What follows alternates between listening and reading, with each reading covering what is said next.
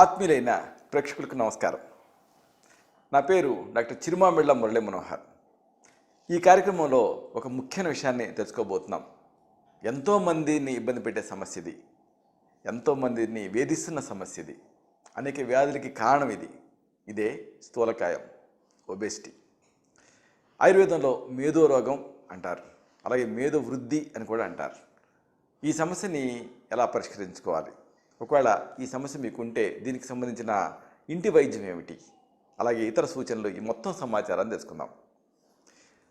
ఆయుర్వేదంలో అష్టనిందిత వ్యక్తుల గురించి చెప్పారు.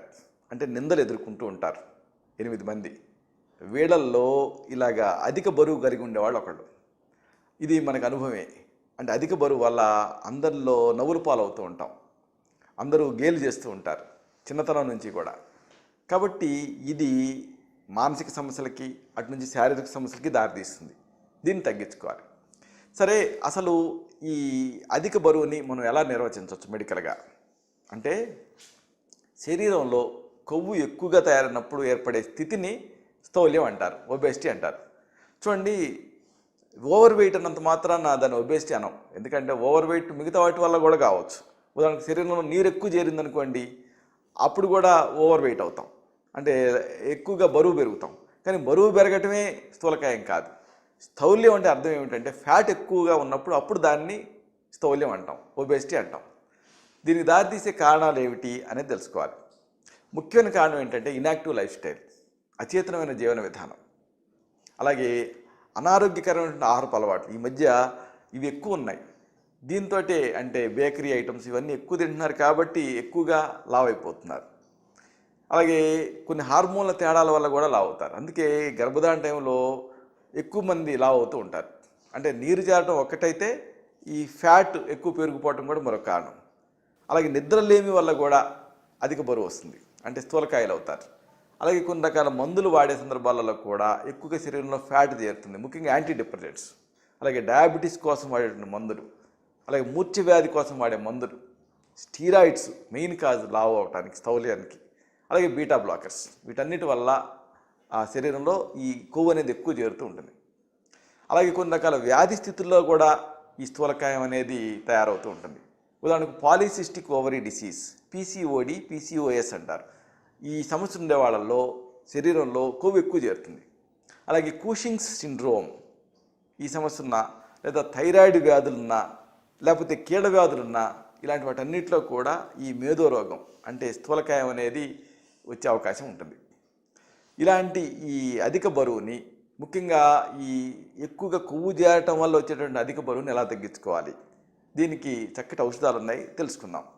ముఖ్యంగా మీకు చెప్పాల్సిన మొదటి ఔషధం, అందరికీ వీలయ్యే ఔషధం ఏంటంటే తేనె, నీళ్లు. తేనె అలాగే గోరువెచ్చని నీళ్లు, వీటిని తీసుకుంటే ఈ బరువు తగ్గుతారు. ముఖ్యంగా ఈ స్థౌల్యం తగ్గుతుంది, స్థూలకాయం తగ్గుతుంది. ఇదేమిటి అని అనుమానం వస్తుంది చాలామందికి. అంటే తేనె తీపి పదార్థం కదా, తేనెను తీసుకుంటే బరువు ఎలా తగ్గుతారు అన్న అనుమానం వస్తుంది. అసలైనటువంటి స్వచ్ఛమైనటువంటి తేనెలో కషాయ రసం ప్రధానంగా ఉంటుంది. పైగా తేనెలో అనేక విటమిన్లు, మినరల్స్ ఇవన్నీ ఉంటాయి. ఇక్కడ ఒక ముఖ్యమైన విషయం మనం గుర్తుంచుకోవాలి. బరువు తగ్గాలంటే వ్యాయామం చేయాలి. ఈ వ్యాయామం చేయాలంటే మళ్ళీ నీరసం రాకూడదు. కాబట్టి మళ్ళీ నీరసం రాకూడదని ఏదైనా తింటే మళ్ళీ ఆయాసం వస్తుంది, దాంతో వ్యాయామం చేయలేరు. మరి వ్యాయామం చేయాలి, నీరసం రాకూడదు, ఎనర్జెటిక్గా ఉండాలి. ఏమిటి పరిష్కారం అంటే తేనె, నీళ్ళే పరిష్కారం. నీళ్ళల్లో, గోరువెచ్చని నీళ్ళల్లో తేనె కలుపుకొని తీసుకుంటూ ఉంటే గ్లూకోజ్ తీసుకున్నట్టుగా ఎనర్జెటిక్గా ఉంటుంది. గ్లూకోజ్లోనేమో ఎంటీ క్యాలరీస్ ఉంటాయి, తేనెలోనేమో అనేక ఇతర సూక్ష్మ పోషకాలు, వైటమిన్లు, మినరల్స్ ఉంటాయి. కాబట్టి అన్నిటికీ మించి రుచిగా ఉంటుంది. కాబట్టి ఇలాగా తేనెను వేడి నీళ్ళలో కలిపి తీసుకుంటే టీ, కాఫీలకు బదులుగా ఎనర్జెటిక్గా ఉంటుంది, బరువు తగ్గడానికి సహాయపడుతుంది. కాబట్టి తేనెని గోరువెచ్చని నీళ్ళతో కలిపి తీసుకోండి. 1 టేబుల్ స్పూన్ తేనెని 1 గ్లాస్ వేడి నీళ్ళ కలిపి తీసుకుంటూ ఉండాలి. చక్రదత్త చెప్పినటువంటి చక్కని చికిత్స ఇది. అంటే వ్యాయామంలో శక్తి కోసం, నిర్జలీయత రాకుండా ఉండటం కోసం, అంటే వ్యాయామం చేసేటప్పుడు శరీరం నుంచి నీరంతా వెళ్ళిపోయి నీరసం వస్తుంది కదా, అలా రాకుండా ఉండడానికి సహాయపడుతుంది. 3 లేదా 4 టీ స్పూన్లు, అంటే ఒక పెద్ద చెంచాడు, అంటే ఒక పెద్ద టేబుల్ స్పూన్ తేనెని కప్పు నీళ్ళ కలిపి ఉదయం, మధ్యాహ్నం, రాత్రి ఇలా 3 సార్లు తీసుకుంటే మంచి ఫలితం ఉంటుంది. వీటితో పాటు ఎక్సర్సైజ్ చేయడం తప్పనిసరి. ఇలాంటిదే మరొక మంచి ఔషధాన్ని తెలుసుకుందాం. ఇది పైన ఎక్స్టర్నల్గా వాడుకోవాల్సినటువంటి ఔషధం. ఉలవలు. ఉలవలతో పిండి తయారు చేసుకొని దీన్ని వాడుకుంటే ఆ ఫ్లాబీనెస్ అంటే చర్మం వేలాడటం, స్థూలకాయంతో ఇలాంటి సమస్య ఉండదు. ఉలవల్ని మెత్తగా పిండిగా తయారు చేసుకొని శరీరం మీద డస్టింగ్ పౌడర్ లాగా చిలకరించుకొని బాగా వేడి పుట్టేలా రుద్దుకోండి. ఉద్వర్తనం అంటారు ఆయుర్వేదంలో. దీంతో ఆ అదనపు చర్మం కింద చేరినటువంటి అదనపు కొవ్వు కలుగుతుంది. ఇలా ఉదయం సాయంత్రం 2 సార్లు కూడా చర్మం మీద ఉలవ పిండిని చల్లుకొని బాగా నలుగు పెట్టుకొని తర్వాత గోరువెచ్చని నీళ్ళతో స్నానం చేస్తూ ఉంటే ఆ చర్మం కింద చేరినటువంటి అదనపు కొవ్వు కలుగుతుంది. అంటే చర్మం రీఅరేంజ్ అవుతుంది. ఇక ఇలాంటిదే లోపలికి వాడాల్సిన చక్కని ఔషధం ముల్లంగి రసం. ఈ ముల్లంగి రసాన్ని తీసుకుంటే కూడా మంచి ఫలితం ఉంటుంది. తాజా ముల్లంగి రసాన్ని అంటే ముల్లంగిని దుంపని చిన్నగా తరిగి గ్రైండర్లో వేసి రసం తీసి ఈ రసాన్ని తాగుతూ ఉండాలి. 3 టీ స్పూన్ల మోతాదుగా, అంటే దీని డోస్ ఎంత అంటే 3 టీ స్పూన్లు ముల్లంగి రసం. ఇలాగా ఉదయం మధ్యాహ్నం, ఉదయం 3 టీ స్పూన్లు, రాత్రి 3 టీ స్పూన్లు, మధ్యాహ్నం 3 టీ స్పూన్లు, 3 పూట్ల దీన్ని తీసుకుంటూ ఉంటే ముల్లంగి రసాన్ని అధిక బరువు తగ్గుతుంది, ముఖ్యంగా స్థౌల్యం తగ్గుతుంది. ఇలాంటిదే స్థూలకాయాన్ని తగ్గించే మరొక ఔషధం. మీకు కావాల్సింది విడంగాల చూర్ణం, అలాగే తేనె. ఈ విడంగాల్ని వాయు విడంగాలు అంటారు. మిరియాల్లాగా చిన్నగా ఉంటాయి. ఇవి ఆయుర్వేద మూలికల అంగళ్ళలో దొరుకుతాయి. ఈ విడంగాలకి కూడా ఈ అధిక బరువుని, ముఖ్యంగా అధిక కొవ్వును తగ్గించే తత్వం ఉంది. తేనెతో కలిపి తీసుకోవాలి. అంటే విడంగాల పొడిని ఒక 1/2 టీ స్పూన్ నుంచి టీ స్పూన్ వరకు తీసుకొని తగినంత తేనెను కలిపి తీసుకోవాలి. అంటే 1/2 టీ స్పూన్ విడంగాల పొడిని ఉదయం ఒకసారి, రాత్రికి ఒకసారి తేనెతో కలిపి తీసుకుంటూ ఉండాలి. దీంతో అధిక బరువు తగ్గుతుంది. ఇక ఇలాంటిదే మరొక చక్కని ఔషధం గుగ్గిలం. శుద్ధి చేసినటువంటి గుగ్గిలాన్ని వాడితే గుగ్గులు లిపిడ్స్ ఈ అధిక బరువు తగ్గడానికి సహాయపడతాయి. ముఖ్యంగా ఈ శరీరంలో చేరినటువంటి ఫ్యాట్ తగ్గడానికి సహాయపడతాయి. గుగ్గుల్ని నేరుగా కాకుండా శుద్ధి చేసి వాడుకోవాలి. ఈ గుగ్గులు క్యాప్సూల్స్ కూడా దొరుకుతున్నాయి ఈ మధ్య, వీటిని వాడుకోవచ్చు. లేదా మీకు మీరే ఈ గుగ్గిలాన్ని తెచ్చుకొని శుద్ధి చేసి ఆ ముద్దని గోరువెచ్చని నీళ్ళతోటి తీసుకోవాలి. ఏడాది పాతబడినటువంటి గుగ్గిలం అయితే మంచిది. దీన్ని 1 నుంచి 2 గ్రాముల మోతాదుగా ఈ శుద్ధి చేసిన గుగ్గిలాన్ని ఉదయం సాయంత్రం రోజుకి 2 సార్లు చొప్పున తీసుకుంటూ ఉండాలి. గుగ్గుల్ని ఎలా శుద్ధి చేయాలి అంటే గుగ్గిలాన్ని మూటగా కట్టండి. మూట కట్టి త్రిఫలాల్ని అంటే కరక్కాయ, తానికాయ, ఉసిరికాయ నీళ్ళలో వేసి మరిగించి కషాయం సిద్ధం చేయండి. ఇప్పుడు ఈ మూట కట్టినటువంటి ఈ గుగ్గిలాన్ని ఆ త్రిఫలా కషాయంలో వేసి బాగా మరిగించండి. అప్పుడు ఆ మూటలో నుంచి ఆ త్రిఫలా కషాయంలోకి ఆ గుగ్గులంతా దిగుతుంది. ఇప్పుడు ఏం చేయాలంటే బాగా మరిగించాలి. అంటే ఆ త్రిఫలా కషాయంలోకి గుగ్గిలో ఎక్స్ట్రాక్ట్ దిగుతుంది కదా, బాగా మరిగించాలి. నీటి ఆవిరంతా అంటే నీటి అంశంతా ఆవిరైపోయేలాగా మరిగించాలి. అప్పుడు మళ్ళీ ఈ గుగ్గిలం గడ్డగడుతుంది. దానికి చివరిలో నెయ్యి కలిపితే అప్పుడు మీకు శుద్ధ గుగ్గిలం అనేది సిద్ధం అవుతుంది. దీన్ని ఇలాగ శుద్ధి చేసి వాడుకుంటూ ఉండాలి. స్థూలకాయంలో కొన్ని అనుబంధ లక్షణాలు ఉంటాయండి. అంటే నిద్ర పట్టదు, గురకొస్తూ ఉంటుంది, నిద్రలో ఊపిరి ఆగిపోతూ ఉంటుంది, స్లీప్ ఎప్నియా అంటారు.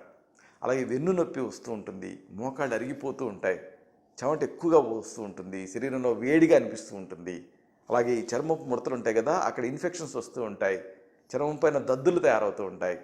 అలాగే కొద్దిగా శ్రమ చేశారనుకోండి ఆయాసంగా అనిపిస్తూ ఉంటుంది. అలాగే పగటిపూట నిస్త్రాణగా మగతగా అనిపిస్తూ ఉంటుంది. అన్నిటికీ మించి డిప్రెషన్ ఆవహిస్తూ ఉంటుంది. ఇలాంటి వీటన్నిటిని ఎదుర్కోవటం ముఖ్యం. కాబట్టి ఏం చేస్తారంటే పెద్ద ఛాలెంజ్ ఈ స్థూలకాయంలో బాగా ఆకలి వేయటం. ఆకలిని మీరు ఎలా కంట్రోల్ చేసుకుంటారు అంటే సెలైవేషన్. అంటే ఈ సెలైవా అనేది ఎక్కువ ఉత్పత్తి అయిందనుకోండి, అప్పుడు ఆకలి తగ్గుతుంది. కాబట్టి చూయింగ్ గమ్ నవలండి. అంటే మధ్యాహ్నం భోజనం తర్వాత ఒక 15 నిమిషాల చొప్పున ఈ చూయింగ్ గమ్ నవ్వులుతూ ఉంటే మీరు తిన్న ఆహారం నుంచి క్యాలరీల గ్రహింపు అనేది తగ్గుతుంది. అలాగే వెజిటబుల్ జ్యూసులు బాగా తాగుతూ ఉండండి. ఈ అధిక బరువులో ఒక పెద్ద ఛాలెంజ్ ఏంటంటే ఆకలి, విపరీతమైన ఆకలి. ఈ ఆకలిని ఎలా కంట్రోల్ చేసుకోవాలి? దీనికి ఒక మంచి ఉపాయం ఏంటంటే చూయింగ్ గమ్. చూయింగ్ గమ్ నమిలారనుకోండి, అప్పుడు లాలాజలం ఎక్కువగా ఉత్పత్తి అవుతుంది. దీంతో ఆకలి కంట్రోల్లోకి వస్తుంది. కాబట్టి ఆహారం తర్వాత ఒక 15 నిమిషాల పాటు చూయింగ్ గమ్ నవ్వులుతూ ఉంటే మీరు తీసుకున్న ఆహారం నుంచి, ముఖ్యంగా స్వీట్స్ లాంటి వాటి నుంచి క్యాలరీలు శరీరంలో ఎక్కువగా వెళ్ళటం అనేది తగ్గుతుంది. దీంతో సన్నబడతారు. అలాగే వెజిటబుల్ జ్యూస్ అంటే ఈ కూరగాయల నుంచి జ్యూస్ తయారు చేసుకొని తాగుతూ ఉండండి.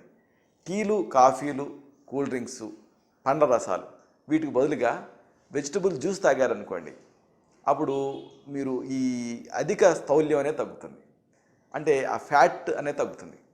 అలాగే మరొక మంచి ఉపాయం ఏంటంటే సోడా తాగటం. అంటే మీరు ఈ కూల్ డ్రింక్స్ తాగాలనిపించినప్పుడల్లా కూడా చక్కగా శీతల పానీయాలు తాగాలనిపించినప్పుడల్లా కూడా సోడా తాగండి. ఇలాగా సోడా తాగితే ఏమవుతుందంటే పొట్ట నిండుగా ఉంటుంది, ఎందుకంటే దాంట్లో గ్యాస్ ఉంటుంది కాబట్టి. అదేవిధంగా దీంట్లో క్యాలరీలు ఉండవు కాబట్టి మీరు లావెక్కేటువంటి భయం ఉండదు, సన్నబడతారు. అలాగే గ్రీన్ టీ కూడా ఒక మంచి పరిష్కారమే. ఒకవేళ మీకు టీ బాగా అలవాటు ఉంటే, ఏదో ఒకటి తాగాలనిపిస్తే మామూలు టీ బదులుగా గ్రీన్ టీ తాగండి. అప్పుడు దీంట్లో ఉండేటువంటి ఫ్లావనాయిడ్స్ వల్ల మీరు త్వరగా సన్నబడతారు, ఆరోగ్యంగా కూడా తయారవుతారు. అన్నిటికీ మించి నిద్ర చాలా ముఖ్యం. ఆకలి అన్ని రోగాల్ని పోగొడితే నిద్ర సగం రోగాన్ని పోగొడుతుందని సామెత. కాబట్టి కంటి నిండా నిద్రపోండి. నిద్రపోవటం వల్ల ఏమవుతుందంటే మేలుకొని ఉంటే ఏదో ఒకటి తినాలనిపిస్తుంది, నిద్రపోతే అలా అనిపించదు కదా. పైగా నిద్ర వల్ల ఈ జీవక్రియ కానీ పచనక్రియ కానీ ఇవన్నీ కూడా క్రమబద్ధం అవుతాయి. పగలు మీరు నిద్రపోకుండా రాత్రిపూటనే నిద్రపోవాలి. పగటి నిద్రపోయారనుకోండి, పగటి నిద్ర పైకి చేట్టు అంటారు, అంటే మళ్ళీ లావు ఎక్కుతారు. కాబట్టి ఒక కునుకు తీస్తే తీయొచ్చు, ఒక చిన్న న్యాప్, కానీ అదే పనిగా నిద్రపోకూడదు. పగలు నిద్రపోకుండా రాత్రి నిద్రపోండి. అలాగే మాంసాహారం బదులుగా శాకాహారం తీసుకోండి. ఇక్కడ విషయం ఏంటంటే మాంసాహారంలో ఈ ప్రోటీన్తో పాటు కొవ్వు కూడా ఉంటుంది. ఈ ప్రోటీన్ మరి మీరు శాకాహారంలో ప్రోటీన్ ఉండదు కదా, కాబట్టి శాకాహారం తీసుకునేటప్పుడు ప్రోటీన్ కోసం పుట్టగొడుగులు, సోయా ఇలాంటివి తీసుకోండి. ఇలాగా మీరు ఈ జాగ్రత్తలన్నీ తీసుకుంటూ అవసరమైతే కొన్ని ఔషధాలు కూడా వాడుకోవాల్సి ఉంటుంది. మీ నాడిని బట్టి, మీ తత్వాన్ని బట్టి వీటిని ప్రిస్క్రైబ్ చేయాల్సి ఉంటుంది. ఉదాహరణకు అమృతాది గుగ్గులు దీన్ని కానీ, లేకపోతే నవక గుగ్గులు, త్రిఫ్లా గుగ్గులు ఇలాంటి వాటిని మీకు సజెస్ట్ చేయాల్సి ఉంటుంది తగిన అనుపాన సహపానాలతో. అప్పుడు ఈ అధిక బరువు, స్థూలకాయం సమస్యను మీరు జయించవచ్చు. ఇలాంటి మరొక ఆసక్తికరమైన విషయాన్ని తిరిగి ఇదే కార్యక్రమాల పరంపరలో మనం కలుసుకున్నప్పుడు సవివరంగా, సహేతుకంగా, సమగ్రంగా తెలుసుకుందాం.